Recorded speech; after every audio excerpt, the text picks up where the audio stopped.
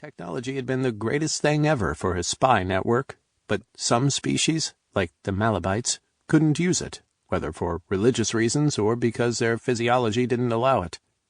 Malabites couldn't touch anything electronic, or it would short out their memories. He wondered if that included battery-operated things like sex toys.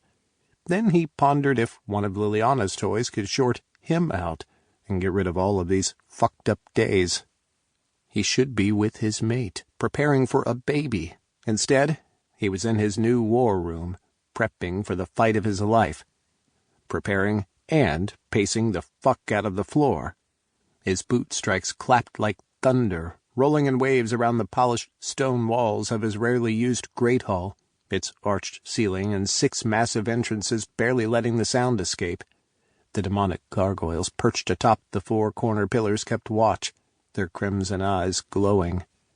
As far as he knew, they'd never moved from the obsidian pillars they'd been carved from, although Liliana speculated that they came to life at night, like the exhibits in that museum movie she'd made him watch. Someday, though, they would fly, at least according to the angel who'd carved them with the tools of a dead demon sculptor. They'd serve as protectors when the walls of Sheoul-gra came tumbling down. At the force of the beast's will, the angel had said. Yeah, well, there were still over 9 centuries to go before Satan was free, so the gargoyles would just have to wait. Azagoth wasn't going to make it happen any sooner. Satan hated him, had tolerated him running Sheoul-gra, but Azagoth had no doubt that the bastard was just biding his time until he could someday strike at Azagoth in the most painful way possible. "Please, Father."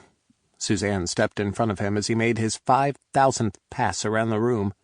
Over on the table that could seat 100, his phone, laptop, and Mullock's cell sat silent. "You need rest." "I can't rest while my mate and child are suffering." "They need you whole." She handed him a steaming cup from the tray next to his electronics.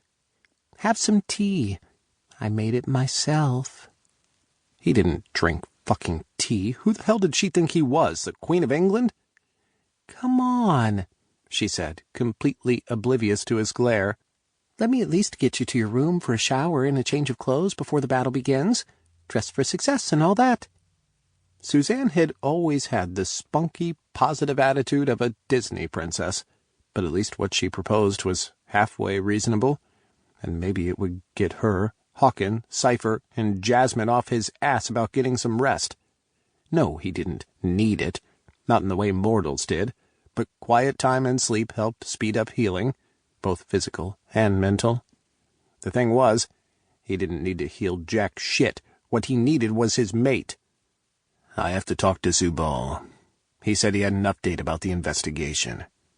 Azagoth started to put the cup down, but Hawken blocked him. Where had he even come from? "I just came from talking to him. He emailed you a list of everything given to Liliana since she got back, and who gave it to her. He's interrogating everyone." Azagoth arched a brow. "Even you?" Hawken growled. "I was the first." He gestured to the cup. "Now you don't have an excuse not to go with Suzanne." Grimly amused, because Z was a hard-ass bastard when he was in mission mode, Azagoth downed the tea, which could have used a shot of whiskey to make it palatable, and handed the cup back to Suzanne. "I can find my way to the bedroom." He swiped both phones from the table. "If you hear anything about anything, let me know immediately. I'll be back in 10. On the way to his room, he checked both phones for updates. There wasn't any low-level chatter about his forces building in Mullock's territories yet, but the underworld was definitely talking about the rash of demons falling dead and then rising again as completely different people. Criminians were gathering the souls of those who had been forced out of their physical bodies by the souls he had set free, and so far they had brought in almost 70,000, which meant that 30,000 of the bastards he had released hadn't found a suitable demon to take over. "Hurry up, you picky fuckers," he muttered as he entered the bedroom. The door closed, and a huge, instant weight lifted from his shoulders.